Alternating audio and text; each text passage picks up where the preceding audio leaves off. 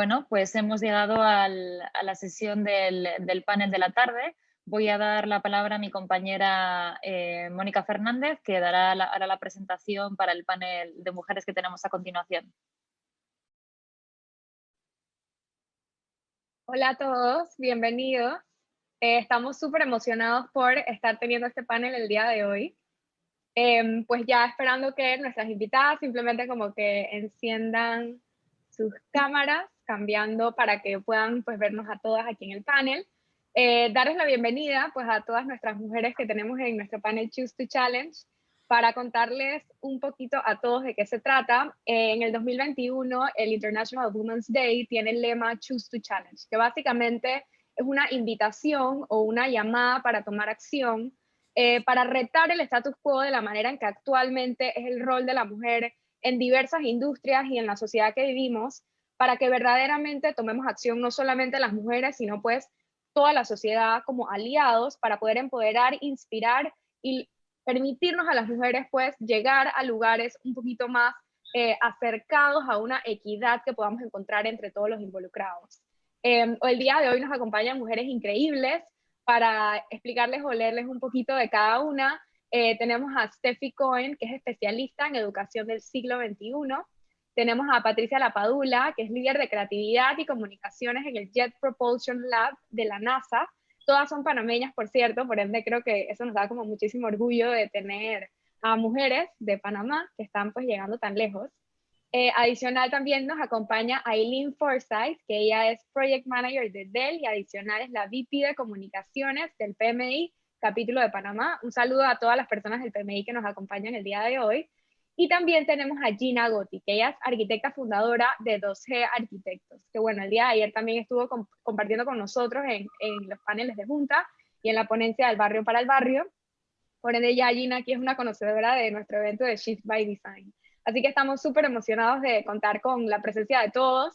La idea es que este sea un espacio más que nada para conversar, que sea bastante cercano, en donde podamos hablar un poquito sobre, primero conocer sobre estas increíbles mujeres, que nos puedan contar un poquito más de lo que está haciendo cada una, y que luego podamos discutir y abrir un poquito más esa conversación, que a veces no siempre tenemos esos espacios, para poder entender cuáles son esos retos que nosotros pensamos que se están viviendo hoy en día y qué herramientas podemos utilizar para, entre todos, poder empoderar mucho más a las mujeres que tenemos a nuestro alrededor. Al final creo que esto es mucho más de comunidad, de tratar de elevarnos unas a otras, más allá que únicamente un trabajo pues en cada una de nosotras.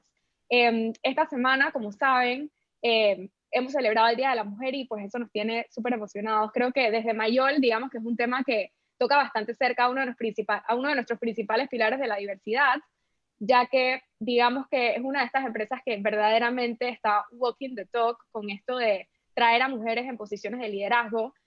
Solamente para contarles un poquito, nosotros tenemos una participación de 52% de mujeres colaborando en Mayol, y más significativo aún, tenemos un 80% de mujeres que ocupan puestos de liderazgo y direcciones dentro de la empresa. Por ende, de verdad que para nosotros es un honor tener espacios como estos.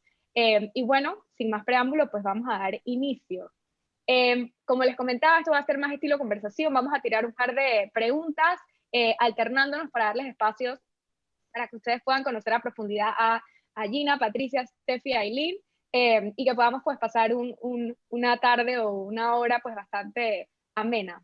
Vamos a iniciar con Patricia. La verdad es que su trayectoria nos ha llamado muchísimo la atención desde que la conocimos y supimos que era panameña, que estaba trabajando muy cercana a estas industrias de la ciencia, sobre todo en la NASA.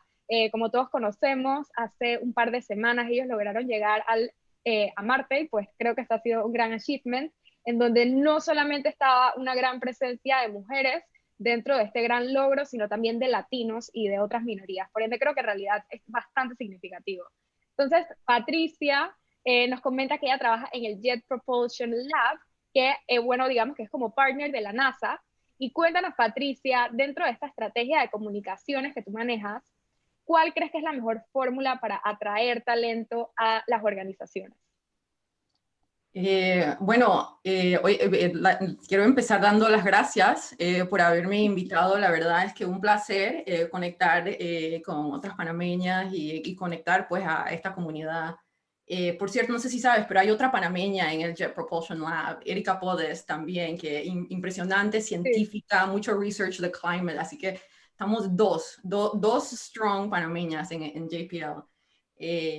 Así que, bueno, la estrategia de comunicación, yo específicamente mi enfoque es en el área de cómo podemos traer talento, ¿verdad? Y traer toda clase de talento y Claro. talento diverso, ¿verdad? De todo ámbito al Jet Propulsion Lab. Esa es una de las maneras como logramos tener innovación. En JPL hacemos las cosas que nunca nadie ha hecho. Las cosas que la gente dice que son imposibles, JPL dice, bueno, vamos a ver si las hacemos nosotros.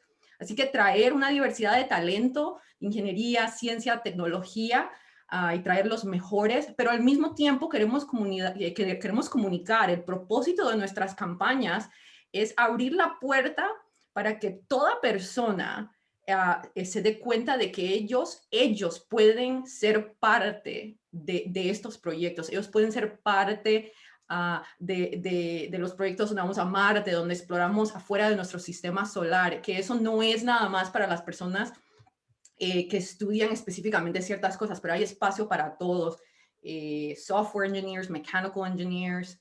Así que eso es lo que nosotros nos enfocamos, pero también nos enfocamos en comunicar la comunidad de JPL. Eso es muy importante para el talento hoy en día. Esta nueva generación quiere saber que cuando ellos vienen a JPL no solamente trabajan en el proyecto que va a Marte, pero están trabajando en una comunidad de personas donde ellos sienten que pertenecen, donde ellos sienten que logran hacer amistades. Así que queremos comunicar que JPL no es solamente un empleador, pero es una comunidad donde tenemos charlas, casi todos los días teníamos charlas para aprender un tema diferente. Así que tú puedes ser un business administrator, pero puedes en tu lunch vas y aprendes acerca de cómo estamos doing research del clima en la Tierra. Así que queremos tener ese environment, ese ambiente de universidad, siempre aprendiendo. Así que eso es parte de las comunicaciones. Ven por los proyectos y también disfruta la comunidad que tenemos. Claro, porque al final, digamos que tener ese tipo de comunicación acerca a las personas, a la misión y al propósito que ustedes tienen en Jet Propulsion Lab. Así que sí, buenísimo. Buenísimo, Patricia. Continuando nuestras siguientes preguntas, vamos a hablar ahorita con Steffi Cohen. Sería buenísimo creo que eso lo hicimos con Patricia, pero sí, tal vez cuando hago la primera pregunta hablan un breve algo sobre ustedes, como para que las personas los conozcan un poquito más. Steffi, bueno, definitivamente con la pandemia hemos vivido un contexto de varios cambios muy constantes que cada vez son más rápidos y en cuestión, digamos que de nuestra zona de confort, también encontramos que la educación se ha visto como retada de la manera en que la veníamos conociendo. Entonces, obviamente con la crisis sanitaria y cómo lo hemos estado viviendo, con la educación a distancia, nos hemos dado cuenta de que el sistema de educación como estaba pensado hasta el momento, tal vez estaba un poco más obsoleto, no encajaba con estas nuevas necesidades que están teniendo los consumidores. Por ende, te pregunto a ti, cuéntanos qué tú propones como una alternativa. Uno, gracias por la invitación y por esa buena pregunta para presentarme un poquito. Mi nombre es Steffi Cohen, yo soy educadora del siglo XXI. Por los últimos 3 años y medio estuve viviendo en Boston, trabajando en una escuela del futuro, una escuela donde todo se aprendía a partir de la creación de proyectos. Así que me encantó lo que dijo Patricia. Si yo le hubiera podido inventar el lema a esa escuela, también hubiera sido ven por los proyectos y nos quedamos por la comunidad. Y un poquito como lugares innovadores, lugares de trabajo innovadores alrededor del mundo. Nosotros, y yo dentro de mi filosofía educativa también creo que todo es posible y todo el tiempo mis estudiantes me lo demuestran, independientemente de la edad que ellos tengan. Yo pienso que la pandemia, regresando a tu pregunta, Mónica, la pandemia hizo dolorosamente visible las deficiencias de un sistema tradicional completamente obsoleto. Creo que fuiste casi demasiado amable con el sistema tradicional de educación, porque honestamente es casi que un crimen a la humanidad que por entre 12 y 16 años están los estudiantes y los jóvenes desperdiciando su energía y su juventud aburridos detrás de un pupitre, escuchando a un maestro hablar, tomando unas notas y haciendo unos exámenes. los papás piensan o han pensado en algunos momentos de la pandemia es que estas clases por Zoom tienen a mi hijo o a mi hija aburridísimo, Zoom es el problema, pero no, Zoom solo está haciendo que en tu casa o en las casas los niños y las niñas se vean aburridos como igualmente están aburridos en las escuelas.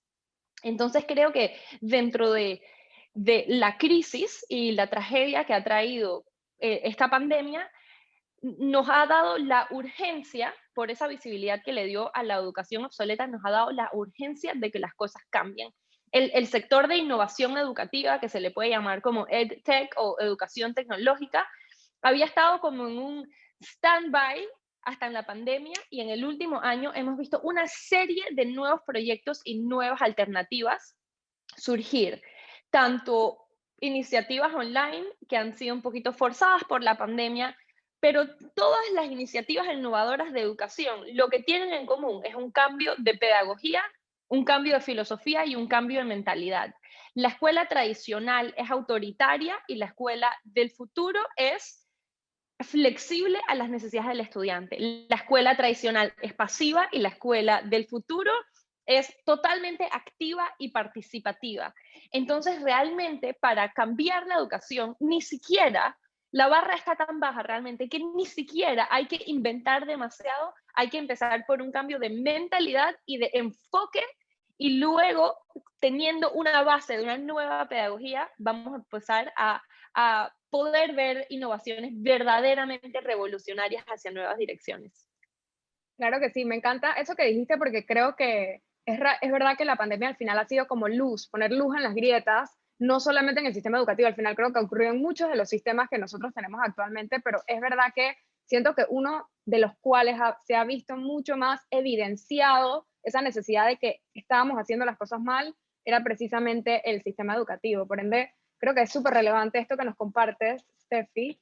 Quería introducir pues a nuestra siguiente panelista, Gina. Gina Gotti, como les comentaba, es arquitecta, así que digamos que ella está bastante cercana a nuestra industria, a nuestro lema Shift by Design. Cuéntanos un poquito, Gina, como arquitecta especializada en diseño, háblanos un poquito más sobre la parte de impacto social en la arquitectura. Digamos que lo vemos muy inherente al perfil socioecológico que tenemos los arquitectos y los diseñadores, en donde al final tenemos un approach que es muy cercano al usuario, muy cercano a las personas. Por ende, digamos que es la manera en que nosotros en verdad vivimos la profesión. Por ende, cuéntanos un poquito más sobre el Festival de Cultura Efímera Cuadra que tú has venido desarrollando, como descríbenos un poquito sobre esta iniciativa. Bueno, muchas gracias Mónica y a todo el equipo de Mayor por este otro espacio, y yo creo que este panel, este espacio de intercambio para ir como alineando todas las cosas que estamos haciendo, ¿no? Yo creo que la responsabilidad del arquitecto, o sea, se sale de los límites del lote, se sale de los límites del proyecto, de su entorno inmediato, y empieza a hacer como esto una visión macro de lo que debe ser la ciudad, de lo que debe ser aquello que articula a la sociedad, y que además es una visión micro, o sea, porque vemos todo cómo funciona la ciudad y también vemos el micro de cómo funcionan esos hogares y esos espacios que son para vivir. Entonces nosotros tenemos una responsabilidad que está como en todas las escalas, ¿no?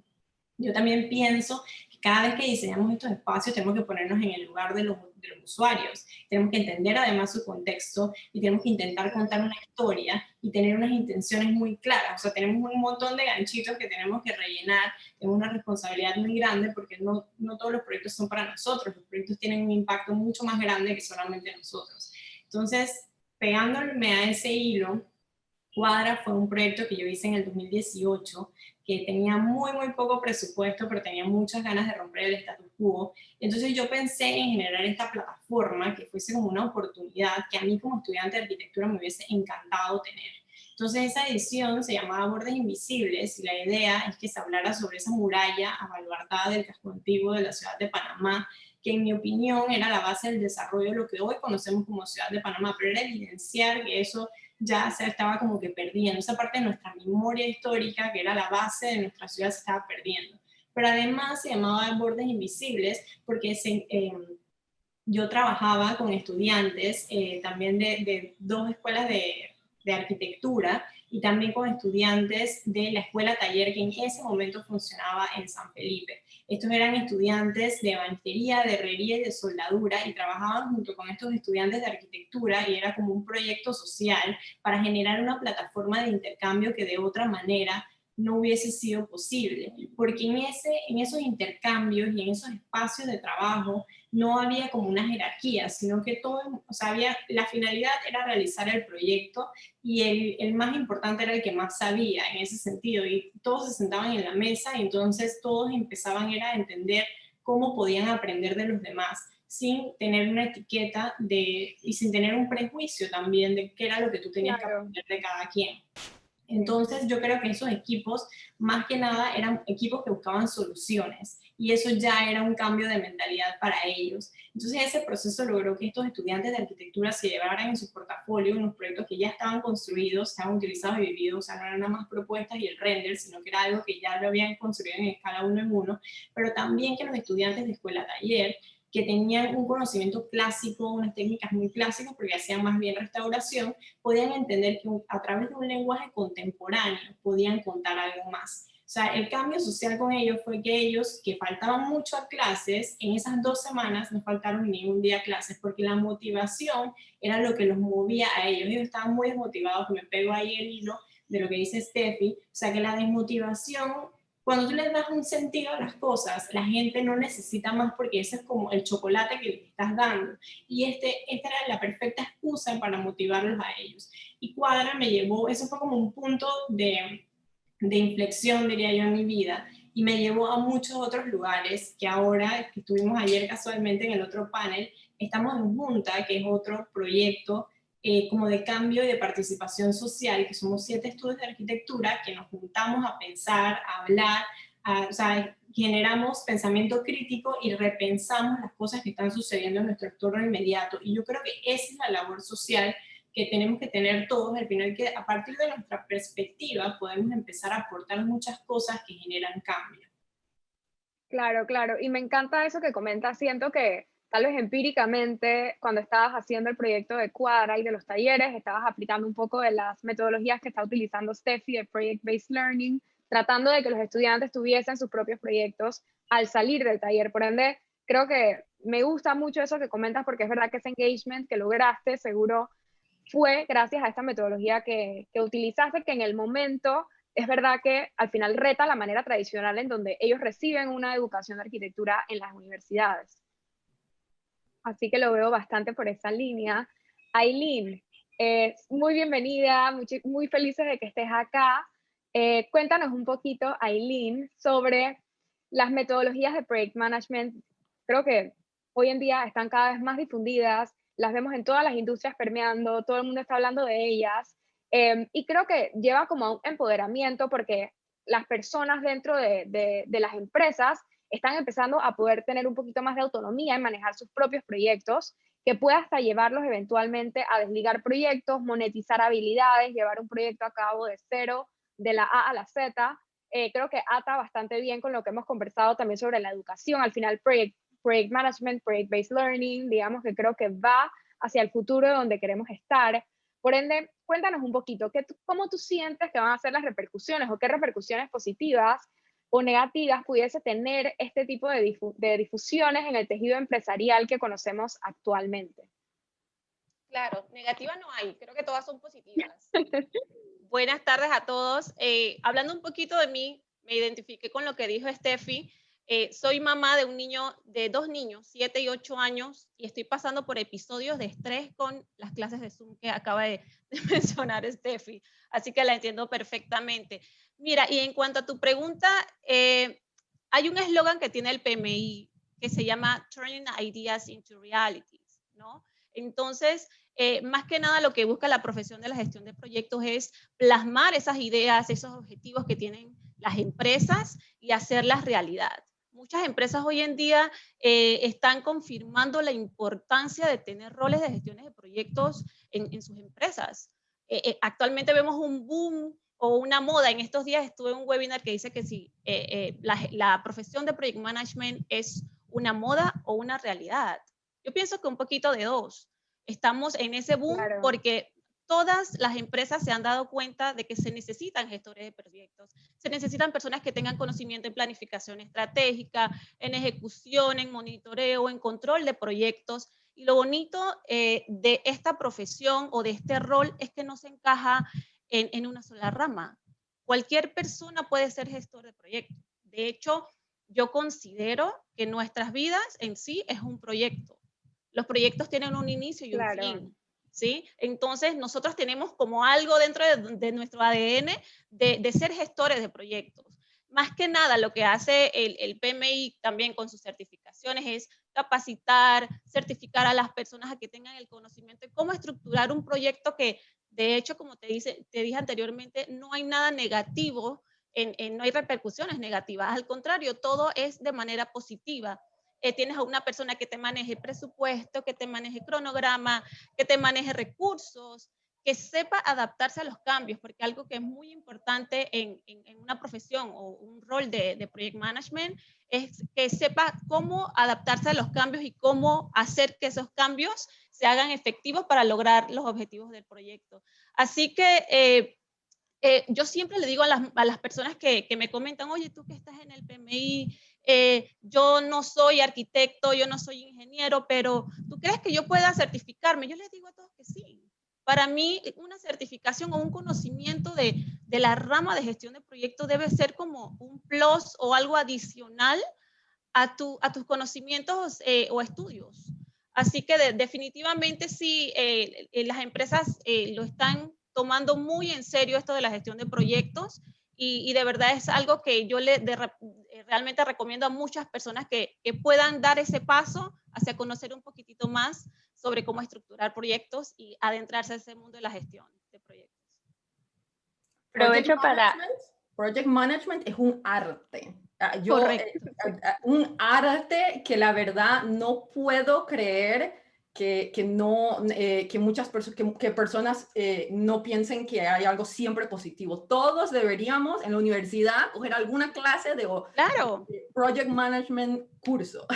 Mira, el project management tiene, el PMI tiene una fundación que se llama PMIF, en donde se va a las escuelas a enseñar a niños de segundo, primer grado, a jóvenes universitarios y chicos de secundaria cómo ejecutar proyectos. Yo pienso que debería ser una materia, de hecho, dentro del currículum escolar. Claro que sí. Creo que no puedo dejar de intervenir. Sí, no puedo dejar de intervenir porque la pedagogía de Project Based Learning o aprendizaje por proyecto ni siquiera requiere que aprender el manejo de proyectos como una materia, porque la meta lección de trabajar aprendiendo todo por proyectos es cómo manejar el proyecto.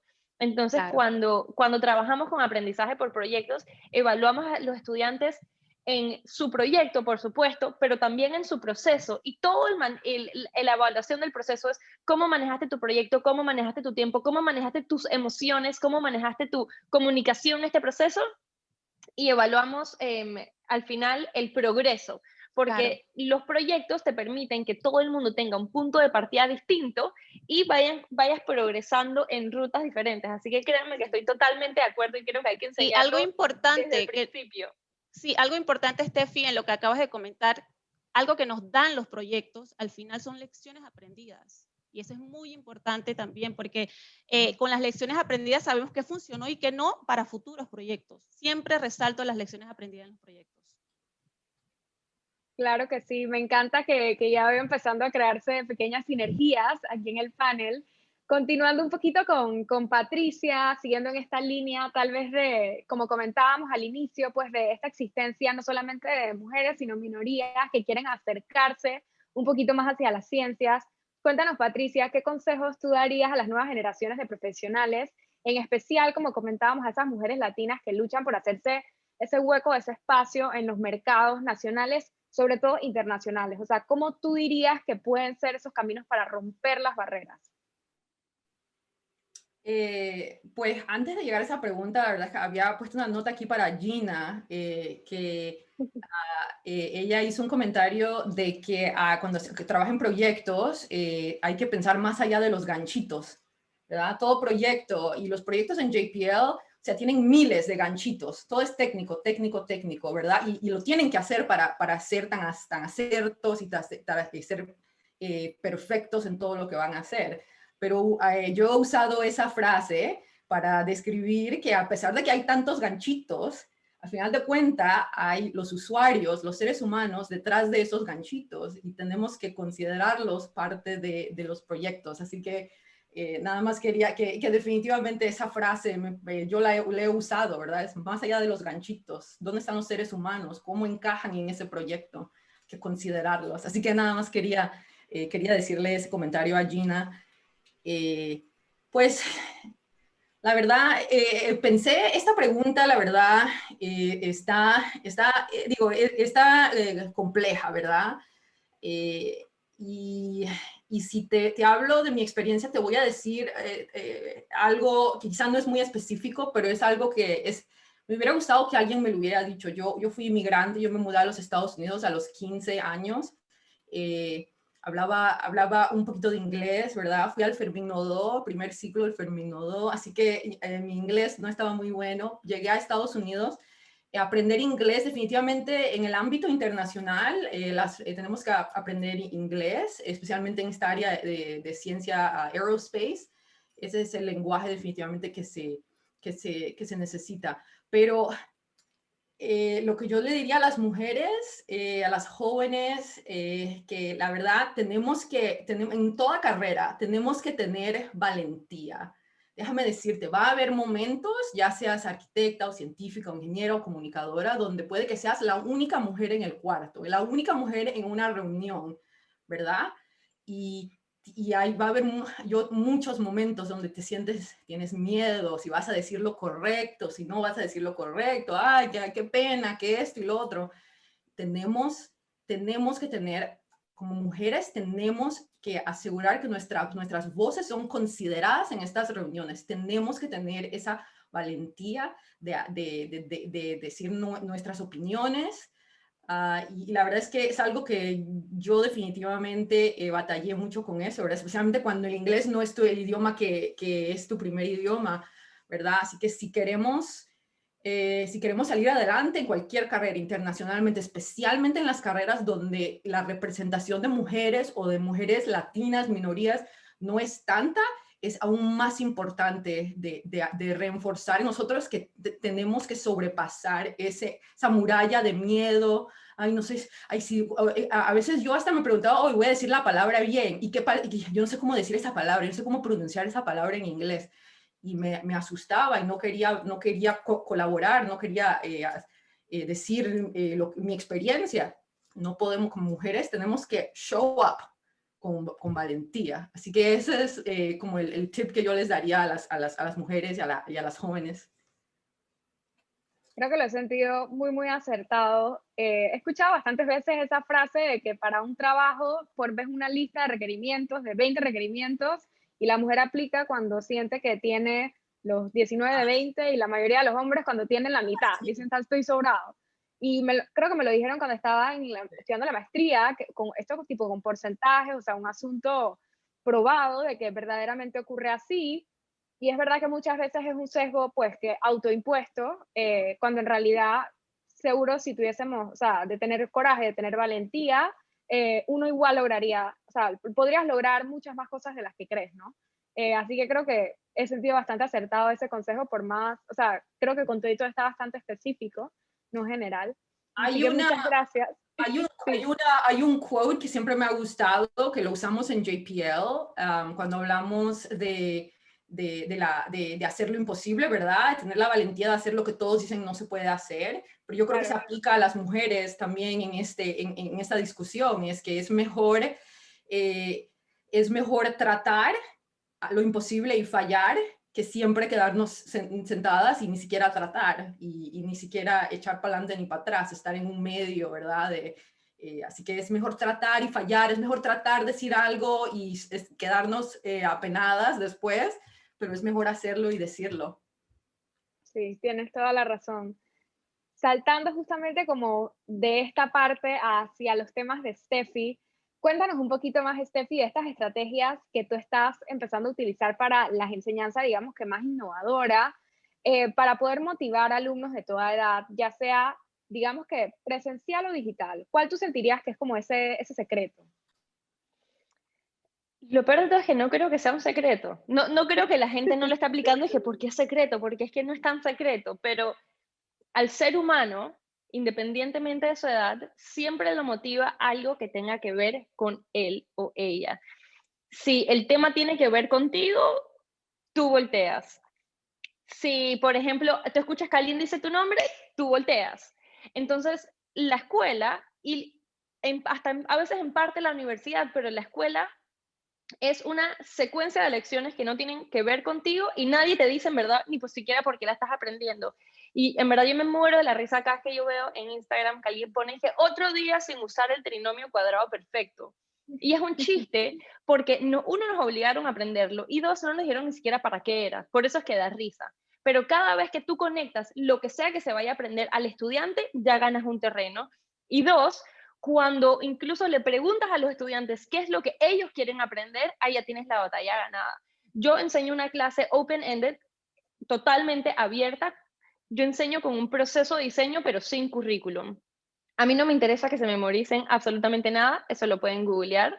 A mí no me interesa que me hagan un examen de demostrarme ningún conocimiento. A mí solo me interesa que aprendan las metalecciones de cómo identificar problemas que nos rodean, diseñar soluciones, colaborar para transformar esas ideas en prototipos tangibles y verdaderos y como dijo Aileen, todo el tiempo ver qué funcionó y qué no funcionó y darle de vuelta. Y eso no está en los libros, eso nada más es utilizando herramientas de diseño. Así que el gran secreto es, haz que lo que sea que tú enseñes sea relevante para tus estudiantes, asegúrate de que ellos lo sientan relevante y que sea auténtico. Cuando las cosas son relevantes y son auténticas, y no hay nada como trabajar con temas de la vida real para tener relevancia y autenticidad, cuando tienes esas dos cosas, cualquier persona está motivada y comprometida con crear. Justamente aquí nos comenta Anilis desde la audiencia de que es verdad que al final los niños están aprendiendo un poco de material, pero en realidad no están 100% seguros en qué los necesitan aplicar. Y al final, poniéndome a pensar ahora, pues mirando hacia atrás, me hubiera encantado en la escuela haber tenido clases de emprendimiento, sobre cómo manejar proyectos, sobre finanzas personales, sobre un estilo de vida saludable, o sea, tantas cosas que uno hoy en día dice como, oye, estos son el material o el contenido que verdaderamente es relevante para mí, que posiblemente, digamos que no todo, pero había un gran porcentaje del material aprendido en la escuela que era memorización, aplicar, cosas un poco que uno las ve hoy en día tal vez hasta sin sentido. Y es verdad que por más de que... Y en ese momento también. Exacto, exacto, así mismito. Siguiendo un poquito, atando esto hacia la parte de cómo, digamos que los niños, por la manera y por el sistema en que están siendo educados, tal vez ni siquiera tienen esos espacios de ser suficientemente creativos. Le extiendo esta pregunta a Gina, de cómo, digamos que transfiriendo esto hacia la práctica de la arquitectura, ¿cómo sientes tú, Gina, que debería ser un espacio, una ciudad, un país, un entorno para poder fomentar ese hábito de ser creativos? Gracias. Sí, me siento como tan identificada con todas estas cosas que están hablando, porque eso yo creo que es una de las primeras cosas, cuando uno empieza a dar clases en la universidad, vienes de un sistema tan clásico de educación y cuando entras en la escuela de arquitectura, donde todos los proyectos se manejan así como la escuela que nos describe Steffi, o sea, tienes un montón de oportunidades, tienes un proceso que tú mismo tienes que ir desarrollando, que tienes que ir entendiendo cómo funciona. Entonces, al final tienes que producir algo y cuando no tienes ninguna referencia de en verdad lo que quieres producir, se convierte como en muy difícil llegar. O sea, casi que los profesores tienen que estarlos empujando los primeros años o definirles, acotarles un método, porque ellos están tan acostumbrados a una metodología que no se pueden imaginar que existe un mundo donde son ellos los que pueden crear su propia metodología de cómo llegar de A a B y después de tú ser en vez como un curador o como alguien que les da input, no tanto como un guía que les dice pisa un pasito, un poquito más. Entonces yo lo que sí creo es que, o sea, la ciudad, los espacios, para que nosotros seamos personas creativas, se fomentan a través de los encuentros, se fomentan a través de socializar, de entender otras posiciones, entender otros puntos de vista, desde la provocación, desde los problemas. O sea, son los problemas los que en verdad nos despiertan nuestra capacidad de poder solucionar y son los que alimentan nuestra creatividad y los que despiertan también como esa curiosidad, que es una de las primeras cosas. O sea, cuando yo tengo a los estudiantes siempre les digo como que echen para atrás y sean curiosos y hagan miles de preguntas. Y yo sé que su mamá le decía que ya no hicieran más preguntas, pero este es el momento donde ustedes tienen que preguntar, tienen que ser curiosos, tienen que ver los detalles. Arquitectura es todo sobre detalles. Entonces, si tú no te pones, si tú no ves los detalles, o si tú no ves cómo se puede sentir la gente, si tú no te pones en el lugar de los demás, si tú no eres una persona empática, tú nada más vas a diseñar esculturas que la gente tiene que habitar, o espacios que son incomprensibles para el ser humano, una nave espacial. O sea, que esto ya son otras cosas, pero el punto es como, o sea, eso es lo que yo creo que desde ahí es que por eso es tan importante socializar y por eso necesitamos. Una vez alguien me dijo en una reunión, si la gente, ahora con el tema de la pandemia, me dice, la gente necesita tanto socializar que por eso Zoom ha agarrado tanta relevancia, porque necesitamos vernos. Son cosas que pudiésemos resolver con una llamada, pero yo quiero ver gente. O sea, yo necesito socializar, necesito ver que se mueven, que son gente y que tienen sus cosas. Entonces yo creo que eso es lo que debe propiciar la ciudad, siempre ser esa plataforma de dejarte experimentar a través de la sociedad. Y al final también creo que es la interacción, pero también combinada pues con la cercanía, porque al final, que eso es lo que ocurre con este tipo de plataformas, al final es acortar distancias, sentirnos más cerca. O sea, esa cercanía también te permite como que encontrar esos espacios de sinergias, de interacción con otras personas, ya sea pues en el espacio obviamente físico o en el espacio virtual. Continuando un poquito también con lo que nos puede compartir Aileen, volviendo un poco al tema de project management, de liderazgo, sobre todo liderazgo de mujeres.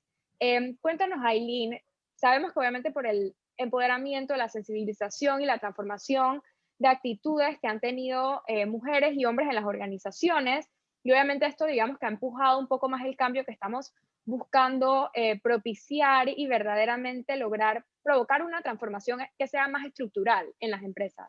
Entonces, cuéntanos un poquito cuáles crees tú que pueden ser como los principales retos que pueden tener mujeres que están en roles de liderazgo en las empresas actualmente. Bueno, retos en roles de liderazgo, hablándote un poquito en mi experiencia, es quizás la equidad. Creo que eso es un secreto a voces, es algo que todos sabemos. Me siento muy identificada con lo que dijo Patricia. Yo me acuerdo cuando empecé a trabajar, yo trabajo en Dell, soy PM de soluciones de tecnología para clientes globales, y cuando entré a Dell, recuerdo en varias ocasiones me tocaba liderizar conferencias con personas de diferentes países. Resulta ser que cuando iba a ver a veces el Zoom, era yo la única mujer entre 7, 8 hombres. Y no les puedo dudar que a veces me sentía, como comentaba Patricia así como medio aprensiva o con tímida. Entonces nos toca a nosotras, siento que, y otra cosa, uno como mujer siente cuando el hombre como que tiene esa desconfianza de que si tú realmente tienes esa capacidad para hacer el trabajo, ¿no? Entonces nosotras las mujeres en estos roles de liderazgo, no solamente en la gestión de proyectos, sino a nivel de otras industrias, hemos tenido como que, quien dice, hacer un esfuerzo extra para destacar o para demostrar nuestras habilidades y ser aceptadas en nuestro medio de trabajo.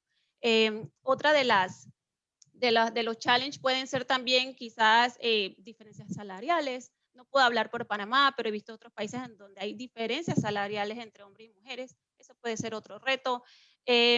Y bueno, hablando en la parte positiva, y a pesar de que tenemos estos retos, puedo decir que hoy en día hemos visto muchas mujeres que cada día más están dando como que ese paso firme de voy a esta profesión porque es la que me gusta. Por ejemplo, profesiones como la construcción, profesiones como la tecnología o la ingeniería, a lo largo de la historia han sido dominadas por hombres, ¿sí? Eso no lo podemos ocultar.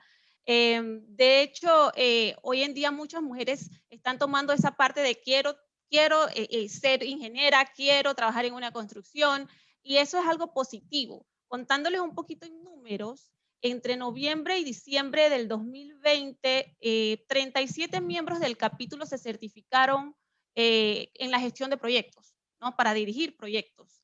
Y de estos 37, 21 fueron mujeres. O sea, es algo positivo. Estamos viendo que las mujeres cada día más están en ese avance, en ese paso de querer tomar roles de liderazgo y convirtiendo, como quien dice, esos retos en oportunidades, ¿no? Así que estamos como avanzando en ese tema de la equidad aquí en Panamá. Creo que me encanta eso que dices al final de convertir los retos en oportunidades, porque al final creo que hay mucho espacio por conquistar. O sea, se puede sentir como un gran crecimiento que podemos tener, y creo que esa es como la actitud que tenemos que tratar de tomar para verdaderamente poder llegar a esos espacios. Porque al final digamos que todavía nos falta muchísimo por conquistar, y que creo que verlo, como dices tú, como una oportunidad va a brindar como esa inspiración y ese empoderamiento, sobre todo a las futuras generaciones de mujeres y de otras minorías que quieran poder llegar a, digamos, que ejecutar esa conquista.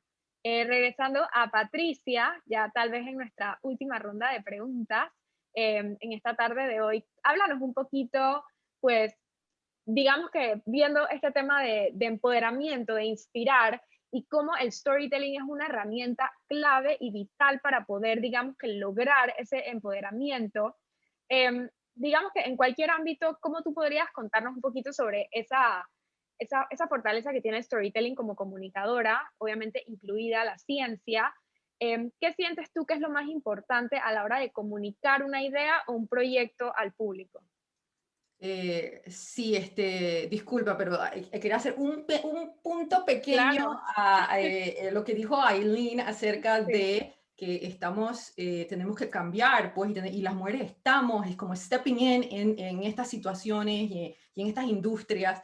En JPL, cuando estábamos en el laboratorio, hay estas conference rooms, ¿verdad? Donde todo el mundo se reúne. Y a veces en los conference rooms hay muchísima gente, 20, 30 personas, y hay mesas, pero no hay sillas para todo el mundo en la mesa. Y hay sillas en alrededor de la mesa, ¿verdad? Y una de las cosas que yo siempre le digo a mi staff y a las mujeres es, no, a veces entran al cuarto y se sientan en las sillas de atrás, ¿verdad? No, siéntate en la mesa. No hay ninguna razón por la cual tú como mujer en este cuarto de 50 personas, no, si llegas ahí temprano y hay una silla en la mesa, siéntate en la mesa. Tú perteneces en la mesa. Y es simbólico, ¿verdad? Pero esas son las pequeñas cosas que queremos que las jóvenes y las mujeres piensen. Pero regresando a tu pregunta de storytelling, la verdad es muy personal para mí. Eso es lo que a mí me gusta hacer, es cómo podemos decir las historias de todo lo que hacemos en nuestra vida, en nuestro trabajo.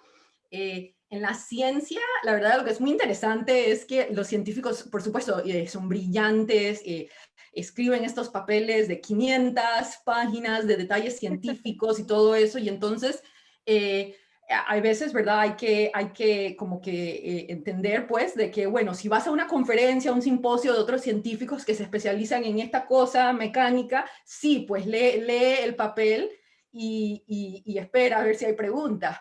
Pero eso no es lo mismo que decir esa historia de lo que estás trabajando a la gente joven o a un talento que estás tratando de atraer, un recién graduado de la universidad.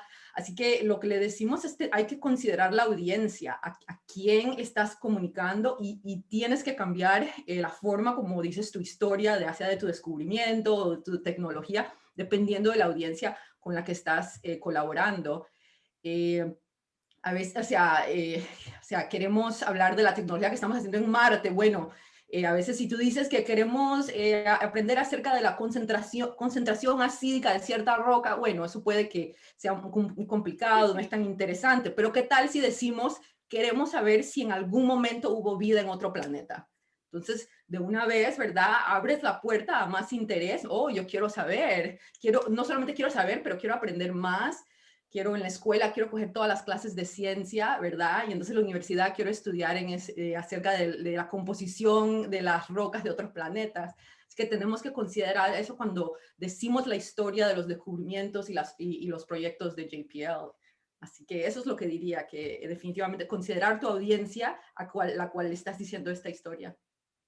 La verdad es que me parece demasiado atinado eso que comentas, porque es verdad que muchas veces nosotros comunicamos algo al mundo y pensamos que todo el mundo nos va a entender y que eso es suficiente y que el mensaje caló con las personas, pero al final no hay ninguna manera de que tú puedas crear una conexión, una verdadera conexión auténtica o una verdadera influencia en que una persona logre una acción que tú estás tratando de proponer si tú no conoces qué motiva, qué quiere esa persona, qué la mueve, cuáles son sus aspiraciones, sus intereses. O sea, si tú no conoces a esa audiencia, también casi como te conoces a ti o a tu mejor amigo, es muy difícil que tú puedas compartirles algo o compartirles una historia que pueda ser interesante y relevante para ellos. ¿Y Así cuál que es creo el que, impacto humano? ¿Cuál es el impacto humano de la ciencia que estás haciendo, verdad? Para ti puede que sea muy, muy claro que si yo hago esto, este es el resultado. claro, Pero ¿cuál es cómo impacta eso al ser humano? Esa conexión también logra, sí, creo que hacer la ciencia más más accesible, humana. accesible, ajá. Claro, más que nada porque la ciencia, creo que la tecnología en general tienden a ser un poquito más frías, la gente las siente más distantes y no poder convertirlas, o sea, poder convertirlas en algo mucho más democratizado, mucho más humano, definitivamente que acorta esas distancias como tú nos estás comentando, Patricia.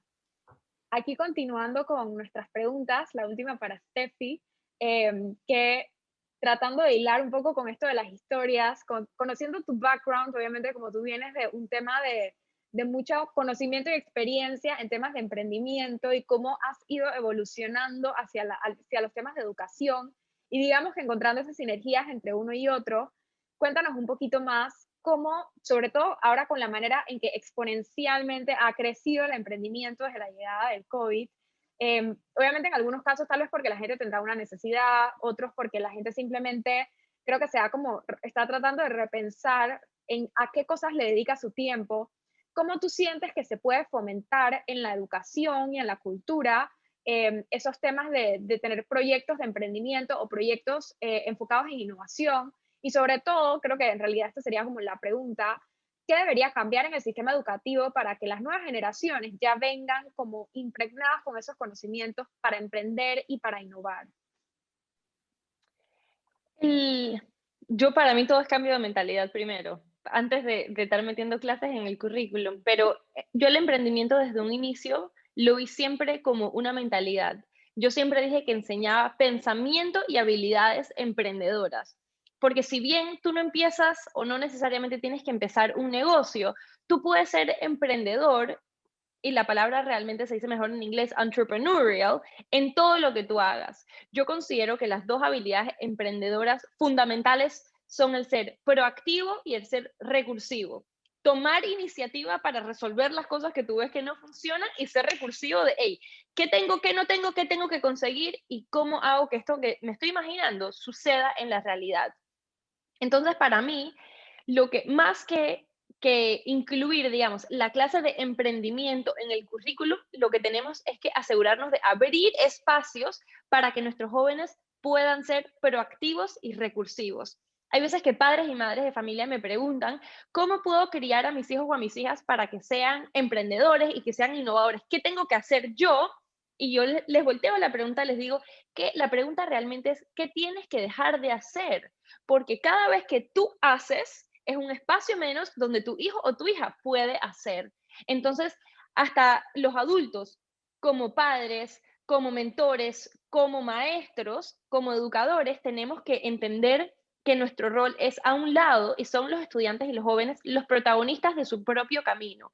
Y cada vez que nosotros les hacemos preguntas, me encantó lo que dijo Gina, como que de ser curioso, como que cada vez que los incentivamos a ellos a hacerse sus preguntas, a ellos buscar qué es lo que les interesa, a ellos tomar la delantera, estamos fortaleciendo esos músculos y esa mentalidad de ser proactivo y de ser recursivo. Eso dicho, en un país como Panamá, no podemos ignorar que el emprendimiento que surge en Panamá y en otros países latinoamericanos de este tamaño es emprendimiento por necesidad.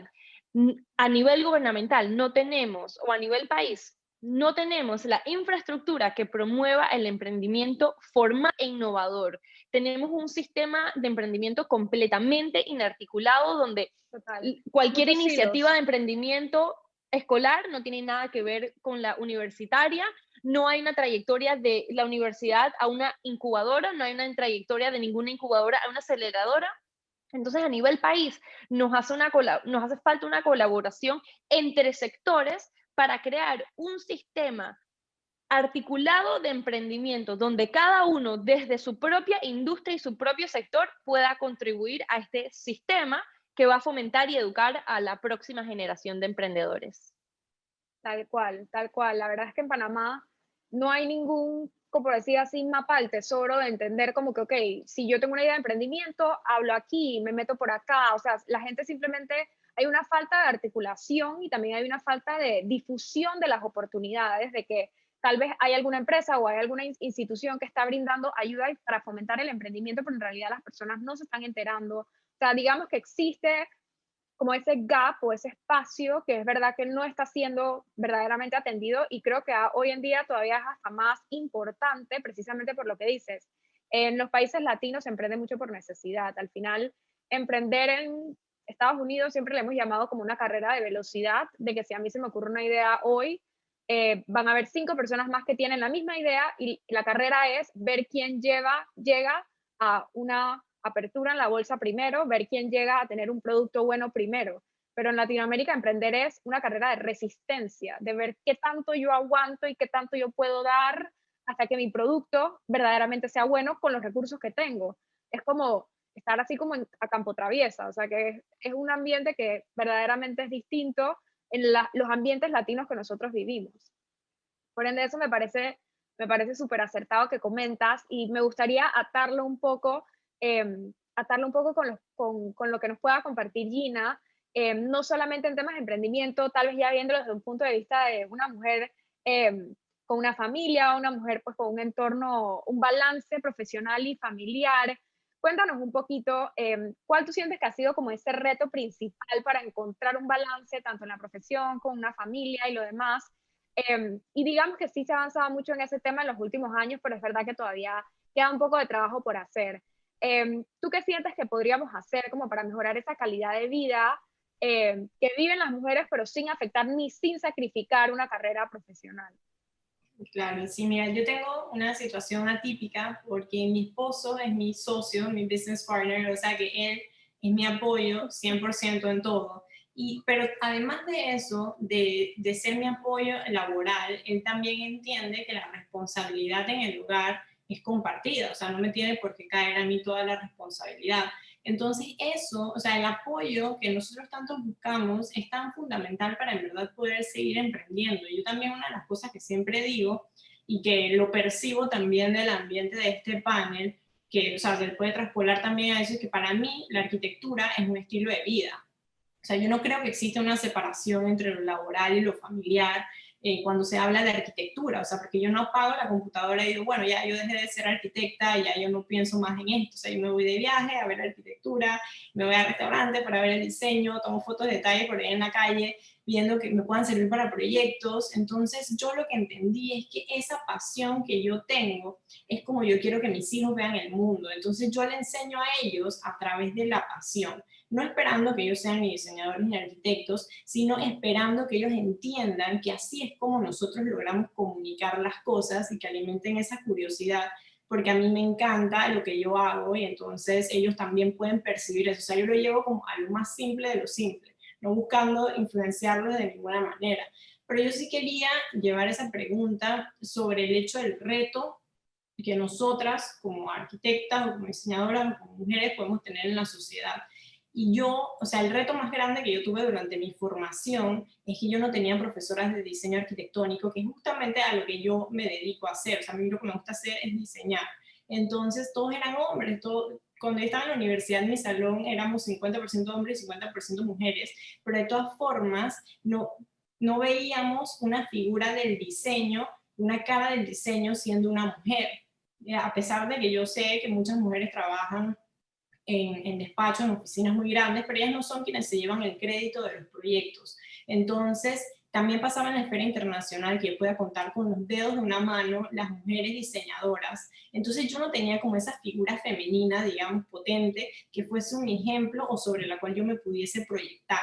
Pero yo cada día sí veo que hay más mujeres en las mesas, hay más mujeres en las listas, más mujeres en los congresos, en los proyectos, en el top of mind, y eso es algo que a mí me mantiene positiva, que fue algo como con lo que tú empezaste al inicio del panel, es cómo nosotras podemos volvernos el ejemplo. O sea, yo no pretendo volverme el ejemplo de nadie, pero sí sé que siendo yo como soy, o presentándome de la manera que soy, estoy abriendo camino para que las personas también se puedan proyectar a través de mí. Y es una responsabilidad grande, pero yo considero que todas, si todas lo viésemos de esa manera, el mundo sería bastante diferente, porque esa es nuestra responsabilidad como comunidad de mujeres, digamos, ¿no? O sea, ser siempre hacia quien la gente se pueda proyectar de una manera u otra, porque de repente no tienen como una figura específica y todas las figuras de repente son masculinas y tienen otro tipo de problemas, ¿no?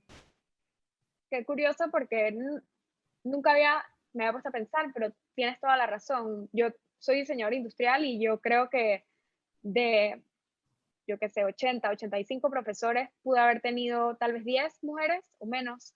En realidad tuve prácticamente ninguna profesora mujer, y es verdad que es difícil a veces encontrar como role models de mujeres hoy en día haciendo cosas disruptivas, porque es verdad que a veces es difícil y a veces no están. Por ende, hay que, ya sea, no necesariamente es convertirse uno en un role model, pero sí, o sea, uno poner de su parte para ver, ok, cómo yo puedo hacer y abrirle espacio para que la siguiente persona tal vez se le haga un poquito más fácil llegar, o digamos que ya no sea y no tenga esa misma sensación que tal vez tuvo uno. Creo que Steffi quería comentar algo. Quería decir algo también inspirada con algo que Patricia dijo, que hay que tener la valentía y que si hay un puesto en esa mesa hay que sentarnos. Con todo respeto, Gina y Mónica, no digan que no tienen que convertirse en role models. Claro que sí, hay que convertirnos en role models. La representación le permite a alguien más imaginarse, dije, hey, yo también puedo ser esa persona, exacto, yo también puedo lograr esas cosas. Así que claro que sí, ustedes tienen que convertirse en role models para que la próxima generación de niñas diseñadoras, ingenieras, arquitectas diga, yo también puedo. Claro que sí, creo que es algo que me encanta como lo has dicho, porque es verdad que en el momento uno, tal vez, como te digo, hasta que Gina lo mencionó, yo no misma no había pensado, y que es verdad que tal vez no tuve esos profesores, pero cuando uno está abriendo ese camino, es verdad que tú sí quieres ver gente que haya llegado, que lo haya hecho, que, o sea, siento que eso es algo motivador, inspirador, y que verdaderamente creo que todas deberíamos aspirar precisamente a eso, a convertirnos en role models. Y para cerrar este panel como de preguntas ya un poquito más formal, antes de hacer como una pequeña conclusión entre todas, siguiendo este mismo tema, Aileen, como panameña exitosa en tu rubro, madre, cuéntanos también un poquito como desde tu perspectiva, desde tus aristas, cómo tú has encontrado como que ese balance que te permite a ti vivir entre tantas cosas, tantas iniciativas, digamos que de manera plena. Antes que quería agregar un poquito a lo del role model, estoy totalmente de acuerdo con Stephanie. Yo no me consideraba antes una role model, pero tuve un comentario una vez de una mujer que me dice, tú me inspiras con lo que haces.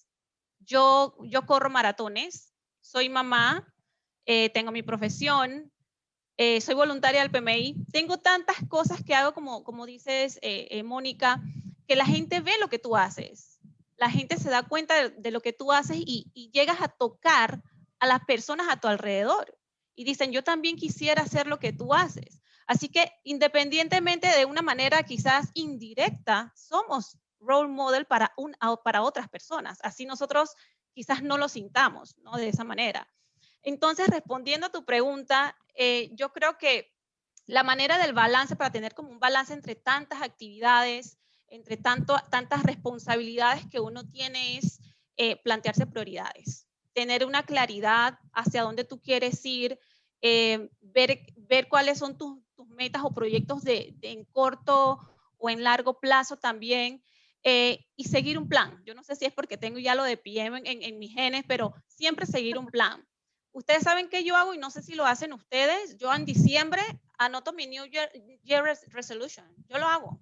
Yo anoto lo que quiero hacer al año siguiente y trato de seguir ese plan. No les voy a decir que siempre es perfecto, pero siempre trato de seguir un plan, esto va primero, esto va después, esto va en este mes, y trato de llevar un balance porque para mí lo más importante es mi familia, tengo 2 niños pequeños, tengo muchas aspiraciones. Hay una frase que me gusta mucho que dice que el éxito no se mide por lo que logras, sino por los obstáculos que tú superas.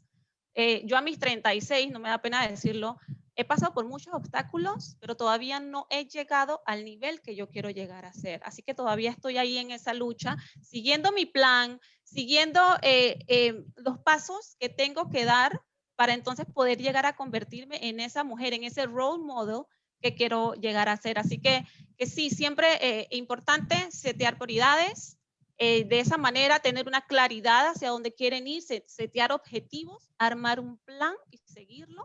Creo que es fundamental para llevar un balance entre tu profesión, tus metas y tu familia.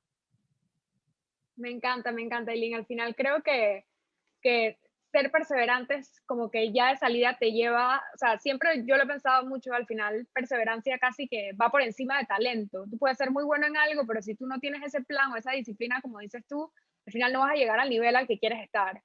Y al final alguien que tiene muchísima disciplina y tal vez no eras una persona que naturalmente le buena en algo, pero estás 100% involucrado, comprometido, engaged, vas a llegar al éxito. Por eso me ha encantado, de verdad que ha sido excelente, maravillosa la intervención de todas. Les agradezco muchísimo el tiempo por haber compartido con todos nosotros sus insights. Para concluir, me encantaría que cada uno de ustedes nos pueda decir como que una última conclusión, una última frase que sientan que me encantó lo que dijo Patricia, de que les hubiese encantado escuchar a ustedes cuando estaban iniciando una carrera o iniciando un reto nuevo. Como mujeres y pues como profesionales. Así que pues les doy la palabra primero a Steffi.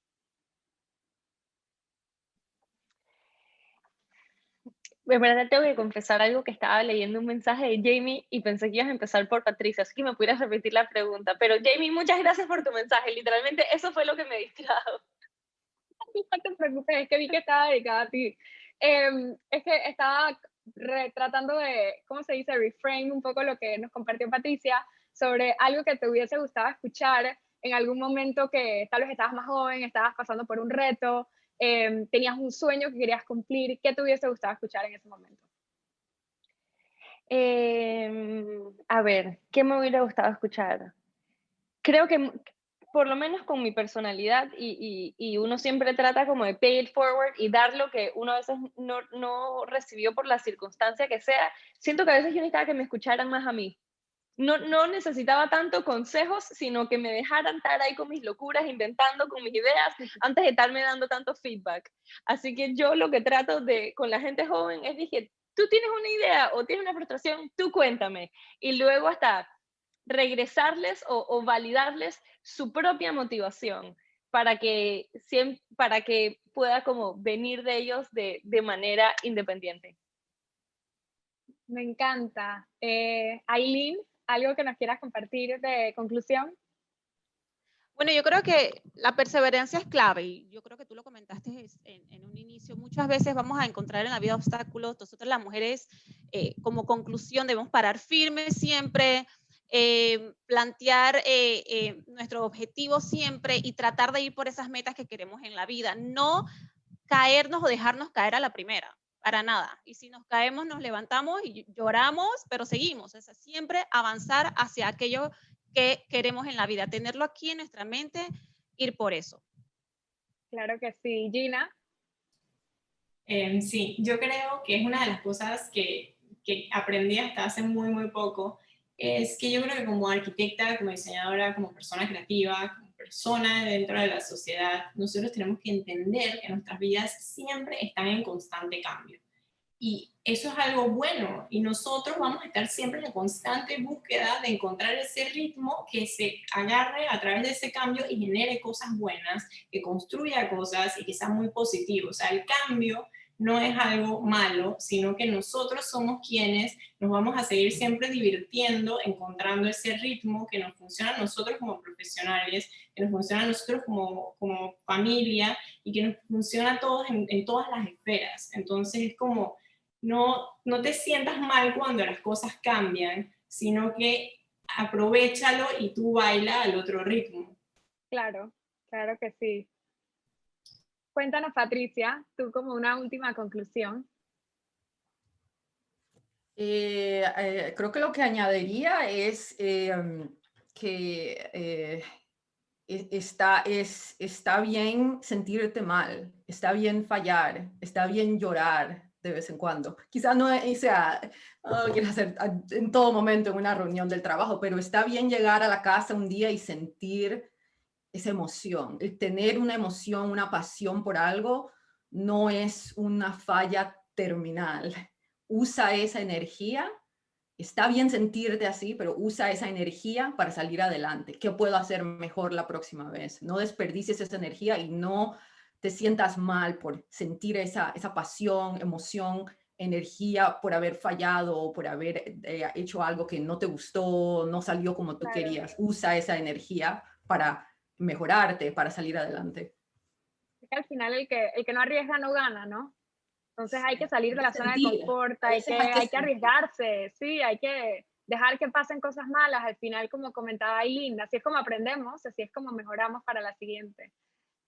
Ha sido un honor de verdad pues compartir este espacio de unos minutos, de una hora con Gina, Patricia, Steffi, con Aileen. De verdad que les agradezco muchísimo el tiempo, creo que ha sido de mucho valor. Y me gustaría cerrar simplemente diciendo que el lunes me comentaron que el Día de la Mujer no se celebra, sino que se conmemora. Y me comentaron precisamente eso, pues de que al final es la intención del Día de la Mujer básicamente es generar este tipo de espacios, este tipo de conversaciones y poder, como comentaba Aileen, medir nuestro éxito por cuánta gente podemos empoderar con este mensaje o cuánta gente podemos elevar brindando este tipo de inspiración y empoderamiento. Y creo que, pues en ese sentido, creo que el panel ha cumplido su cometido, así que les agradezco muchísimo a todas por el tiempo, agradeciéndoles